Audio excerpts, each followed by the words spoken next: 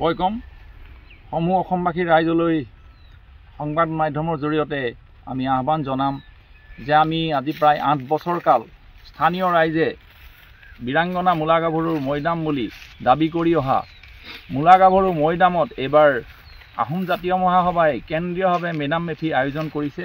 উদ্যোগ লৈছে চতিয়া ঐতিহাসিক সমল সুৰক্ষা সমিতি, পূৰ্বাঞ্চল টাই সাহিত্য সভা চতিয়া শাখা আৰু বৃহত্তৰ চতিয়াবাসী ৰাইজে আতিথ্য লৈ পেলাই এই মেডাম মেফি ভাগ আমি আয়োজন কৰিছোঁ আৰু আশা কৰোঁ এই মেডাম মেফিৰ জৰিয়তে অসমৰ ৰাইজে যে আমাৰ অসমীয়া জাতিৰ শৌৰ্য বীৰ্যৰ প্ৰতীক বীৰাংগনা মূলা গাভৰুৰ যিটো মৈদাম সেইটো যাতে সকলোৱে জানে চতিয়াতে আছে।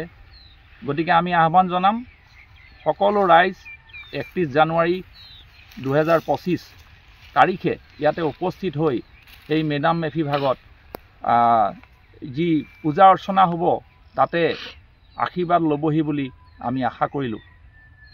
আৰু ইয়াতে এটা চাউল ধোৱা পুখুৰী আছে, ইয়াতে এখন হাতীশাল আছে, ইয়াতে আছে সেনা চাৱনী, যিটো মাটি পাহাৰ বুলি কয় সেইটো আছিলে সেনা চাৱনী। আৰু ডিকৰাই মুখৰ ৰণত মৃত্যু হৈছিলে আৰু ডিকৰাই নদীখন এই মূলা গাভৰু মৈদামৰ পৰা প্ৰায় 1 কিলোমিটাৰ ভিতৰতে অৱস্থিত। আৰু এখন গৰীয়া গাঁও আছে আৰু ইয়াতে 3খন টাই আহোম গাঁও আছে।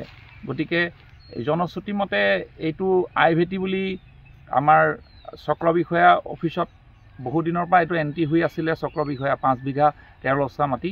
গতিকে আমি সকলোৱে দাবী কৰিছোঁ আহোম জাতীয় মহাসভাই প্ৰথম 2022 চনত ইয়াতে মেডাম মেফি আয়োজন কৰিছিলে আৰু তেতিয়াই অসমৰ পৰা বিভিন্ন প্ৰান্তৰ পৰা আমি সমাদৰ লাভ কৰিছিলোঁ।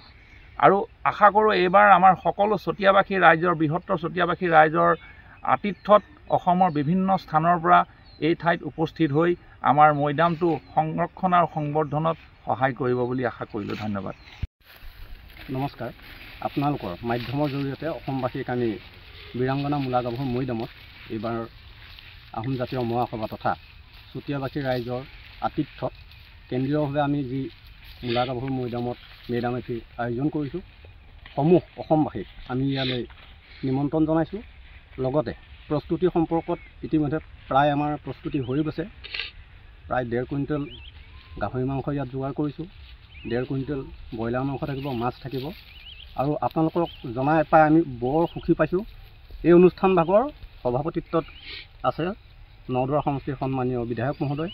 গতিকে তেখেতৰ উদ্যোগতে এইবাৰ খুব উলহ মালহেৰে মেডাম মেফি ভাগ অনুষ্ঠিত হ'ব। ধন্যবাদ।